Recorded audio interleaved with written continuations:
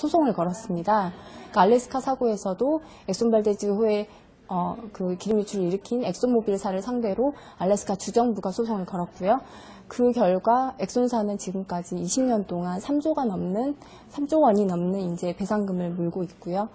근데 이제 우리나라의 경우를 보면 시프린스 때도 마찬가지지만 지금 허베스피트 사고를 일으킨 그 삼성중공업을 상대로 국가가 소송을 거는 거는 물론 하지 않고 있고요. 형사소송 벌금은 단지 이제 3천만 원에 그쳤습니다. 그 나머지는 전부 다 이제 민사소송으로 가야 되는 부분인데 기름 유출의 모든 피해를 단 56억으로 제한할 수 있도록 하는 그 법에 대해서 국가가 삼성의 손을 지금 들어주고 있는 형국인 거죠. 그러니까 다른 나라들하고는 전혀 반대되는 상황의 일이 일어나고 있는 겁니다. 고려대학교 공익법률상담소에서는 유류오염사고 보상 한도를 높이는 국제보충기금 가입을 위해 2008년부터 1년간 서명운동을 벌였다. 그 결과 2010년 8월 우리나라도 보충기금에 가입했다. 유출 사고를 일으켰을 때 그 피해액이 계속 이제 우리 배가 커지니까요. 피해액도 막 커지고 그러니까 기존의 그 기금 가지고는 그 피해 보상이 충분히 안 되는 겁니다. 그래서 각 국가 간에 새로운 협약을 체결하고 더 많은 기금을 마련을 해서 이제 피해자들이 충분히 보상을 받도록 하기 위해서 이제 만들어 왔는데 기존 보상기금의 경우 보상 한도는 약 3천억 원. 2003년에 추가된 보충기금은 우리나라를 포함 27개국이 추가로 가입해 있고 보상 한도는 약 1조 원에 달한다. 과거 같으면 이 유류 오염으로 인한 그 피해를 충분히 보상받을 수 없었던 뭐 어민들이나 또는 그 연안 지역에 있는 기업들이나 뭐 이제 그러한 기업들이나 그런 사람들이 피해자들이 좀 더 많은 그 배상을 받을 수 있게 되는 것이죠. 안타까운 점은 보충기금 가입 이후의 사고에만 적용된다는 사실이다.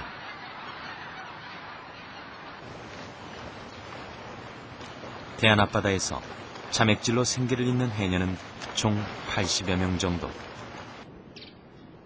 그런데 기름 유출 사고 이후 해산물 채취량이 급감하면서 물질을 쉬는 날이 더 많은 형편이다. 수십 년 마음 놓고 드나들던 평생 직장을 하루아침에 잃어버린 해녀 할머니들. 아주 거기 가서 청소라도 시켜달라고 하던지. 몸이 재산이야 우리가. 내가 해녀 일을 50년을 넘겼어요. 그런데 이 몸이 재산이고 바다는 터전이요. 가서 노력해서 세다가 자식들 가르치고 먹고 쓰고 농사진 사람들은 농사지어서 또 그걸로 생활해 나가고 우리는 이걸로 생활해 나가는데 이거 기름이 출해갖고 뭐 하겠어요. 아무것도 없지. 약도 한두 가지가 아니야. 위협받는 건 단지 생계뿐만이 아니다.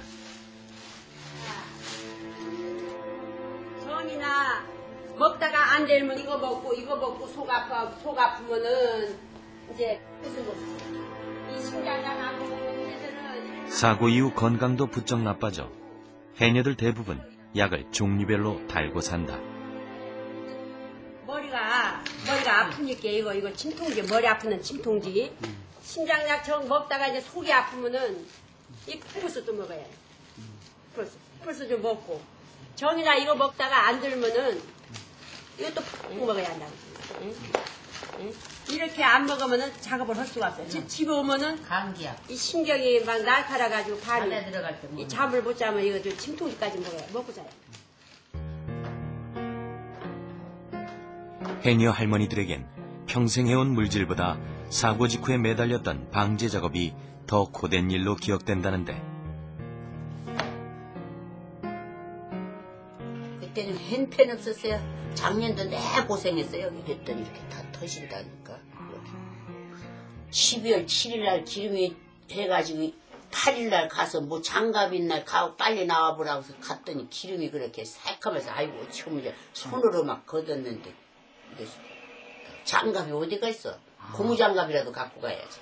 그냥 갔다가 응급제를 막 그렇게 된 거지.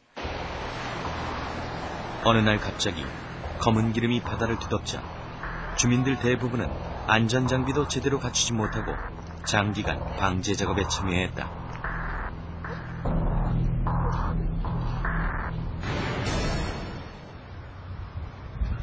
기름 유출 사고 이후 태안의료원에는 각종 증상을 호소하는 환자들이 급증했다는데 2007년 사고 이후 방제 작업에 참여한 주민들을 대상으로 환경오염 노출 수준 및 건강 영향 조사를 실시한 결과 방제 작업에 참여한 기간이 길수록 각종 알레르기 증상 경험도 증가했다는 결과가 나왔다. 지금 현재 기름 사고가 있고 나서 약 1년 반에서 2년 정도 지나고 나서 검사를 했는데도 불구하고 아직까지도 상당수의 그 신체 손상의 정도 증거가 나타나고 있기 때문에 이게 단순간에 쉽게 이렇게 유해 물질이 노출되고 금방 그 영향이 다 없어졌다라고 하면은 좋은데 그것이 상당한 기간이 지나고 나서 검사한 부분임에도 불구하고 아직까지도 높다는 것은 앞으로도 계속 높을 수가 있고 이런 높은 손상의 정도 때문에 어떤 다른 중증 질환들이 생길 수 있다라는 것들을 지금은 저희들이 걱정을 하고 있는 거죠. 눈에 보이는 기름은 거의 사라졌지만 이제 보이지 않는 후유증이 주민들을 괴롭히고 있는 것이다. 근래 들어 특히 암 환자가 부쩍 늘었다는데 암 같은 거 걸리는 거 많다고 있잖아요. 암리로 병원 간 사람도 많고, 뭐 디스코니, 뭐니, 그냥 그저께도 그리고 죽은 사람도, 엊그저께 죽은 사람도 있고, 그전에 후두암 완치됐었는데, 갑자기 나빠져가지고, 며칠 전에 죽었어요. 얼마 안 됐어요. 들어가신 지 한 몇 달 안 됐어요. 태안의 어느 마을의 암 환자 발생 분포를 보면 기름 유출에 직접적인 영향을 받은 해안가에 집중되어 있음을 알 수 있다. 어떤 암이란 것이 생겼는데 모르고 있다가 기름 사고가 겪으면서 어떤 유해 물질들에 노출이 되면서 그 암이 좀 더 빨리 진행을 악화시키는 증상을 그러니까 그 신체를 더 악화시키는 질병을 더 악화시키는 쪽으로 좀 더 빨리 진행했을 수는 있다고 생각을 합니다. 하지만 전혀 없는 상태에서 어떤 유해 물질에 노출이 돼가지고 사고 난 지 얼마 지나지 않아서 금방 암이 생겼다는 것은 의학적으로는 사실은 조금 맞지 않는 얘기가 아닌가라는 생각 듭니다. 평소 건강했다가 기름 유출 사고 이후에 암이 발병했다는 이병문 할아버지. 둘 다 건강이 좋지 않은 노부부의 밥상이지만 영양까지 챙길 겨를이 없다.